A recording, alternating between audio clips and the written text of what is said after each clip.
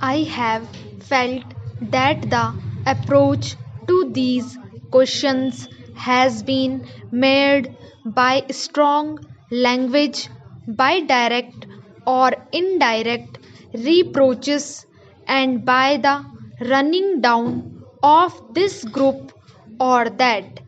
Consideration of these problems is not helped in the slightest by any province or community being run down and by any other part of the country considering itself more capable, more courageous, more independent, or more nationalistic.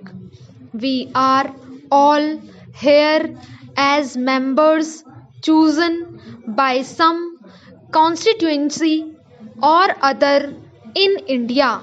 Naturally, we are interested in that constituency, but I submit that we are much more.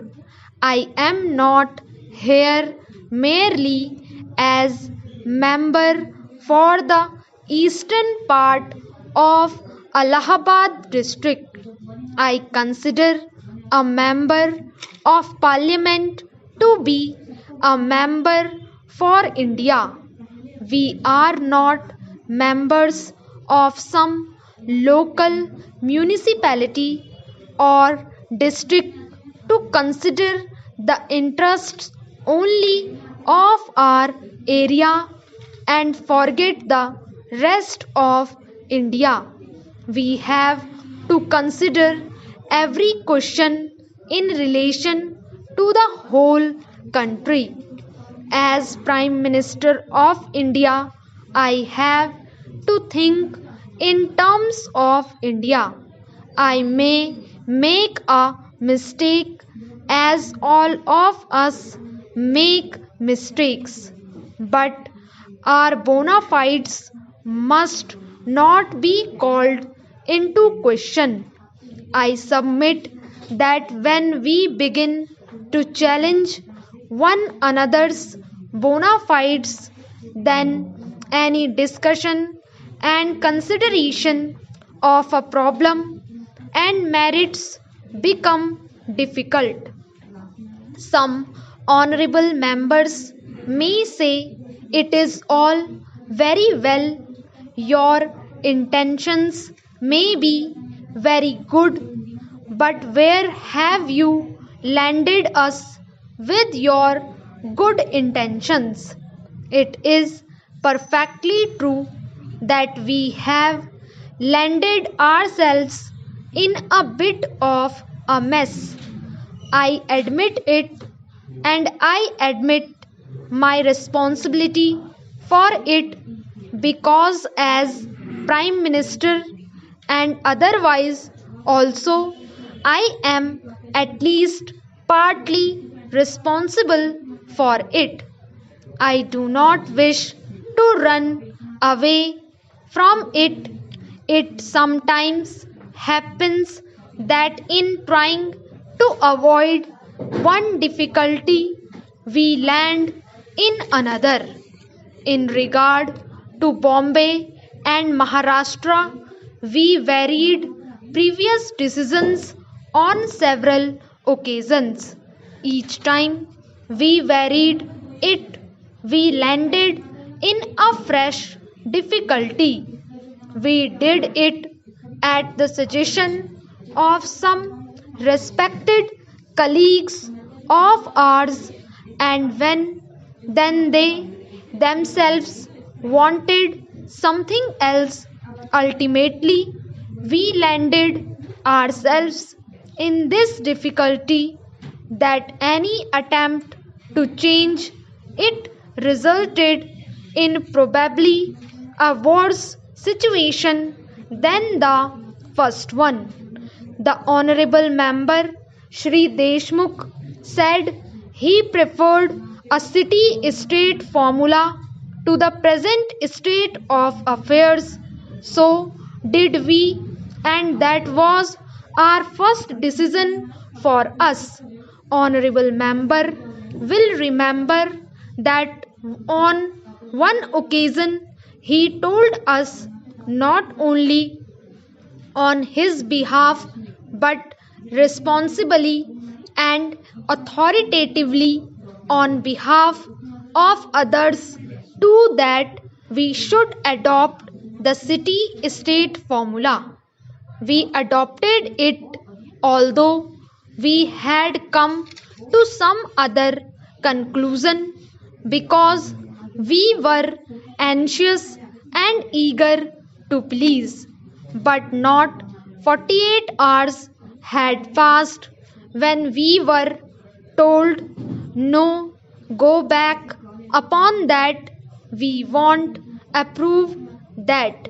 We went back upon it, and so we shifted about in our anxiety to arrive at some decision which carried the largest measure of agreement and consent.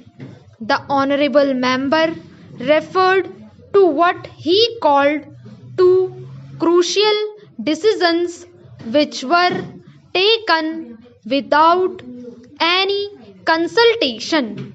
I am in a difficulty about this matter because I am really totally and absolutely unable to follow him. I do not know where he gets his facts from. I consulted my papers, our cabinet records, and everything. There are two decisions I leave out for the moment, the statement that I made in Bombay. The first decision was taken, I may say, absolutely and empathically with the consultation of everybody and my colleagues in the whole cabinet. I have no doubt about it. Finally, this bill itself was placed before the cabinet. The bill, after all, contains the decision on Bombay, and it was the cabinet that adopted it before it came to this house. That is the usual procedure. I do not understand how anyone can say, unless he is forgetting all this, that this decision was adopted without consultation.